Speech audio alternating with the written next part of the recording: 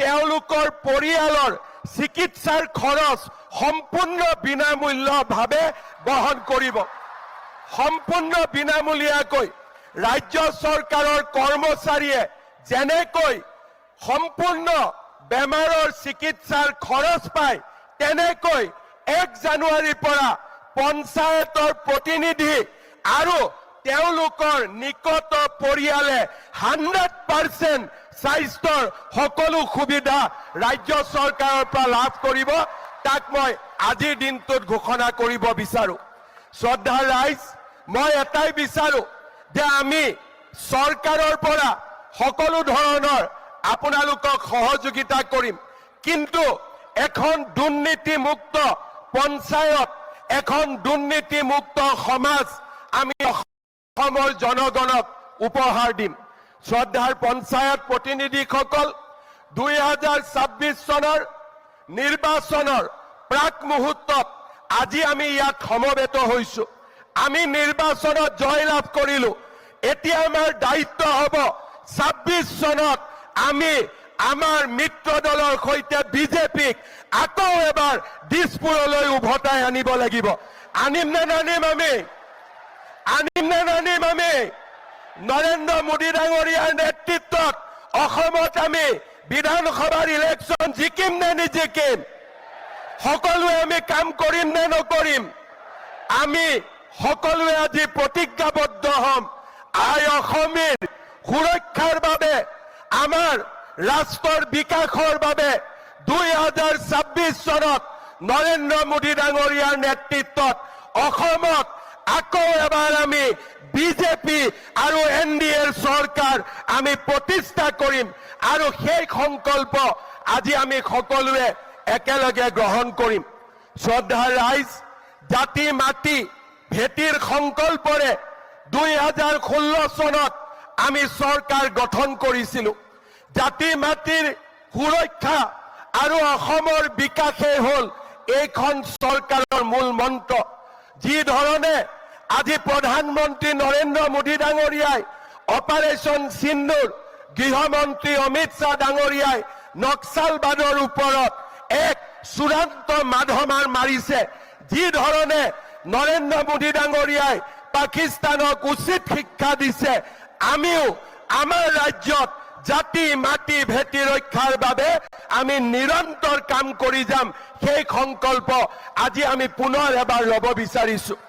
শ্ৰদ্ধাৰ ৰাইজ, চৰাইদেউ মৈদামত ইউনেস্কোৰ স্বীকৃতি, অসমীয়া ভাষাক ক্লাছিকেল লেংগুৱেজৰ মৰ্যাদা, বৰাক উপত্যকাত বঙালী ভাষাত ক্লাছিকেল লেংগুৱেজৰ মৰ্যাদা, ভাৰতত ক্লাছিকেল লেংগুৱেজৰ মৰ্যাদা, লাচিত বৰফুকনৰ 400তম জন্ম জয়ন্তী, আমাৰ বাপতি সাহোন বিহুক বিশ্ব মঞ্চলৈ লৈ যোৱা, ঝুমুৰ নৃত্যক জগত সভালৈ লৈ যোৱা, এই সকলোবোৰ কাম আজি আমাৰ চৰকাৰখনৰ নেতৃত্বত সম্ভৱ হৈছে। আজিৰ এই সুন্দৰ দিনটোত মই আৰু এটা নতুন কথা ক'ব খোজো। মহাপুৰুষ শ্ৰীমন্ত শংকৰদেৱ আমাৰ জাতিটোৰ প্ৰাণ প্ৰতিষ্ঠাতা। তেখেতে বৃন্দাবনী বস্ত্ৰখন নিৰ্মাণ কৰিছিল আৰু ভাৰতৰ বিষ্ণু আধ্যাত্মিকতা, কৃষ্ণ সংস্কৃতিক প্ৰদৰ্শন কৰিছিলে। মই বিশ্বাস কৰো এই বৃন্দাবনী বস্ত্ৰখনো অসমৰ মানুহে চাব পাৰে, তাৰ সপোন বহুজনৰ আছিলে। নৰেন্দ্ৰ মোদী ডাঙৰীয়াৰ আত্মলৈ লৈ আহি ৰাইজে যাতে চাব পাৰে তাৰ ব্যৱস্থা আমি কৰিম।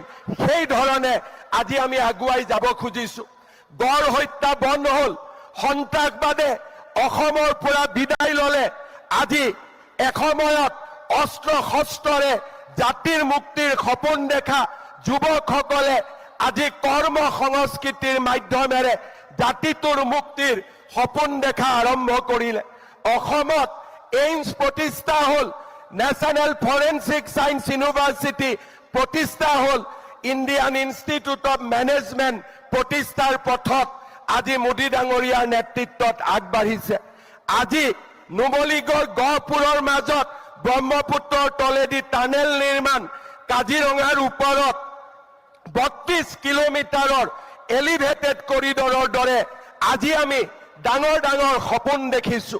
আমাৰ ৰাজ্যত দুখীয়া জনৰ কাৰণে অৰুণোদয়, মহিলাৰ বাবে মহিলা উদ্যমিতা আঁচনি, আজি যুৱকৰ বাবে মুখ্যমন্ত্ৰীৰ আত্মনিৰ্ভৰ অসম অভিযান, চাহ বাগিচাৰ মোৰ শ্ৰমিক বন্ধুসকলৰ বাবে এটিকলি দুটিপাত, আজি সমগ্ৰ অসমত বিকাশৰ এক নতুন স্বপ্ন আজি আমি বাস্তৱলৈ ৰূপায়ণ কৰিছো। আজি আমাৰ জাতিটো দুৰন্ত গতিত আগুৱাই গৈছে। যি স্বপ্ন অসম আন্দোলনৰ সময়ত 855 জন শ্বহীদে দেখিছিল, সেই স্বপ্নক আজি আমি বাস্তৱত ৰূপায়িত কৰাৰ পথত আগবাঢ়িছো। আজি ৰাতিপুৱাও আমাৰ জমিয়ত উলেমা হিন্দৰ মাদানী চাহাবে মোক ধমকি দিছে। কেইদিনমান আগতে অসমলৈ আহি ৰাহুল গান্ধীয়ে মোক ধমকি দিছে। মই আজি মাদানী আৰু ৰাহুল গান্ধীক এটাই কথা ক'ব খোজো, আপোনালোকে যিমানেই মোক ধমকি দিব, অসমক আপোনালোকে যিমানেই ধমকি দিব চেষ্টা কৰিব, অসমে লাচিতৰ হেংদান আকৌ এবাৰ হাতত তুলি ল'ব আৰু আমি প্ৰমাণ কৰিম যে অসমীয়ায়ো, অসমবাসীয়েও ভাৰতীয় লোকসকলে কেনেকৈ জীয়াই থাকিব লাগে আমি তাক জানো আৰু সেই সংগ্ৰামখন আমি আকৌ এবাৰ যুঁজিব খুজিছো, আমি জিকিব খুজিছো।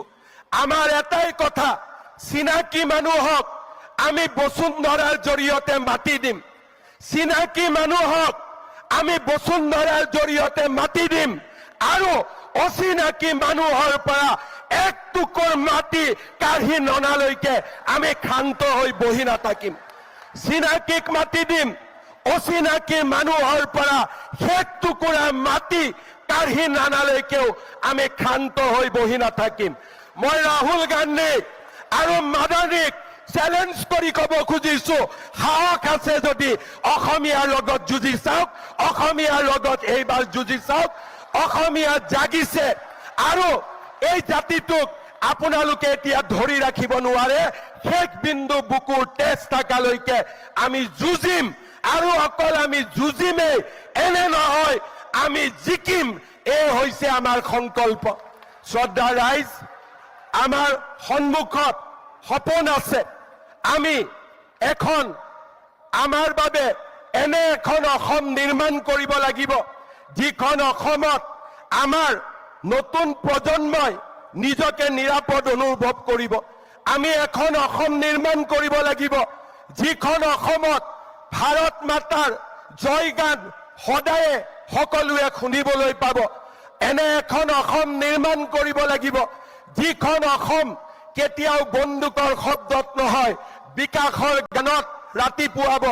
এনে এখন অসম নিৰ্মাণ কৰিব লাগিব, যিখন অসমত নতুন প্ৰজন্মই এটকাও ঘোষ নিদিয়াকৈ চৰকাৰী চাকৰি পাব, বেংকৰ পৰা লোন পাব আৰু বাংগালোৰ, কৰ্ণাটক, হায়দৰাবাদত সিকিউৰিটি গাৰ্ডত কাম কৰা সকলো সন্তানক উদ্যোগীকৰণৰ জৰিয়তে আমি মাতৃৰ বুকুলৈ আকৌ এবাৰ উভতাই আনিম।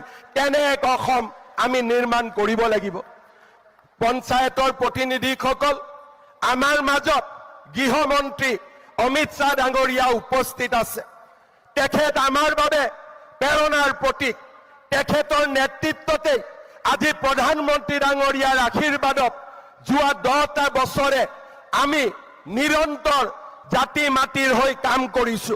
মই সকলোকে আহ্বান জনাম, আপোনালোকে সকলোৱে একেলগে অমিত শ্বাহ ডাঙৰীয়াক আকৌ এবাৰ দীঘলীয়া হাত চাপৰিৰে প্ৰতিশ্ৰুতি দিয়ক যে 2026ত আমি আকৌ অসমত বিজেপি আৰু NDAৰ চৰকাৰ গঠন কৰিম।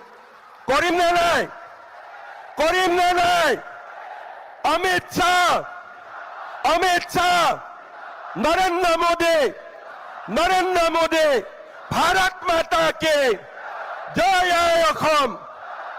শ্ৰদ্ধাৰ পঞ্চায়তৰ প্ৰতিনিধিসকল, আমি এটাই সংকল্প ল'ম যে আমাৰ অসমীয়াই, আমাৰ ভাৰতীয়াই এই উত্তৰ পূবত সদায়ে যাতে সুৰক্ষিত হৈ থাকিব পাৰে। চিনাকিক মাতি দিম, অচিনাকিৰ পৰা মাটি কাঢ়ি ল'ম। এই সংকল্প আমি আমাৰ বুকুত বজ্ৰ কঠোৰভাৱে সংস্থাপিত কৰিম। এখন নতুন অসমৰ কল্পনাৰে আমি আগুৱাই যাম। মোৰ প্ৰাণত অসমীয়াই, মোৰ প্ৰাণত অসমীয়াই, মোৰ মনত ভাৰতীয়াই, মোৰ তেজত অসমীয়াই, মোৰ উশাহত ভাৰতীয়াই। ক্ষুদ্ৰ ক্ষুদ্ৰ মোৰ প্ৰতিটো খোজ, সূক্ষ্ম সূক্ষ্ম মোৰ প্ৰতিটো প্ৰয়াস কেৱল মোৰ আইৰ বাবে। বিন্দু বিন্দু জিলিকি উঠা কপালৰ ঘাম, বিন্দু বিন্দু জিলিকি উঠা কপালৰ ঘাম, ৰন্ধে ৰন্ধে বৈ থকা অন্তহীন স্বাভিমান।